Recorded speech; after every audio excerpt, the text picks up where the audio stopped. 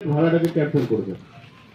আমি পাত্রসাহেব থানা বড়বাবু, আমি নিজে আপনাদেরকে মিটিং করে আজকে বলে দিচ্ছি যে আপনারা মাইক করুন, আমার কোনো অসুবিধা নাই, মাইক ব্যবহার করতে আমি বারণ করছি না, কিন্তু ওই 7টা চোঙা আর 40টা বক্স একটা ইঞ্জিন ভ্যানে করে চাপিয়ে 50টা মঠে লোক নাচছে, জল ঢালবে অলরেডি 5 থেকে 7 জন, আর তাকে নিয়ে যাচ্ছে 100 জন, নাচানাচি করতে করতে গোটা বালতি রাস্তাটা একদম নিজের রাস্তা ধরে জাম করে নিয়ে একদম নিয়ে যাচ্ছে। এটা যদি কেউ ভেবে থাকেন, আমি আজকে মিটিং এ বলে দিচ্ছি আপনারা কিন্তু ওই ফাইট ভাড়া যা যেখানে করেছেন আপনারা কিন্তু ক্যান্সেল করবেন।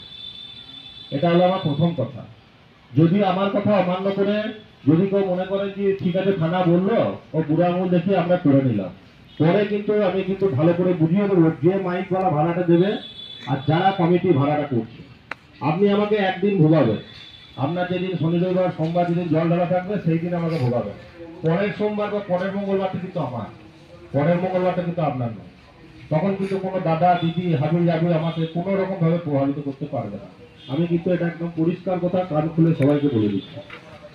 আমি কোনো ডিজে বক্স 7টা চোঙা একটা ছোট হাতি ভ্যানের উপরে হয়তো 50টা বক্স লাগিয়েছে, যে লোকটার উচ্চতা 6 ফুট, মাইকের উচ্চতা হচ্ছে হয়তো 50 ফুট কি 40 ফুট, গাছের গুড়ি থেকে আরম্ভ করে বাঁশ গাছ থেকে আরম্ভ করে একদম মানে ইলেকট্রিক তার পর্যন্ত ঠিকে যাচ্ছে এমন মাইকের উচ্চতা।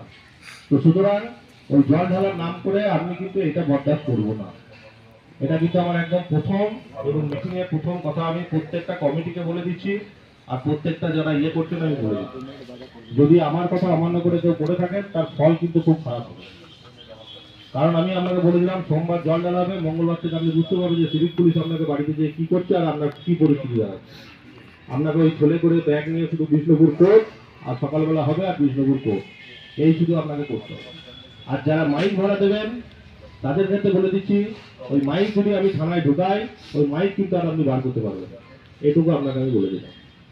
যদি ডেকোরেটর ভাড়া দেন যে আমি দিয়ে দিলাম ভাড়া 50,000 টাকা ভাড়া পেয়ে গেলাম, আমি ভাড়াটা দিয়ে দিলাম, টাকাটা গুনে নিয়ে চলে গেলাম, পুলিশ যা পারে করে লিখবো, 100টা গাড়ি বাসের লোক দাঁড়িয়ে থাকবে, কেউ হয়তো হসপিটালে পেশেন্ট যাচ্ছে তাই সে আটকে থাকবে, গোটা বালতি রাস্তাটা একদম জাম করে বসে থাকবে, নারায়ণপুর গোটা রাস্তাটা জাম।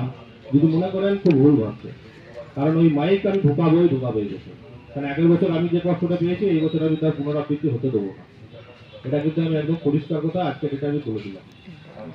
কারণ মাইক আমি যদি এখান থেকে ফিট করি ওই মাইকের যে অনার্স আছে তার পায়ের চোখে খসে যাবে, ওই মাইকটাকে বার করে নিয়ে আসতে কোর্ট থেকে, কারণ আমি আনক্লেম সিট দেখে কোর্টে পাঠিয়ে দেবো, আপনি আপনার কাগজ নিয়ে কোর্টে প্রডিউস করবেন যে মাইকটা আপনার, আমি প্রমাণ করবো ওখানে দেখবেন মাইক কি করে বেরোয় আর বড় কি করতে পারে, এটুকু আমি বলে দিলাম আজকে।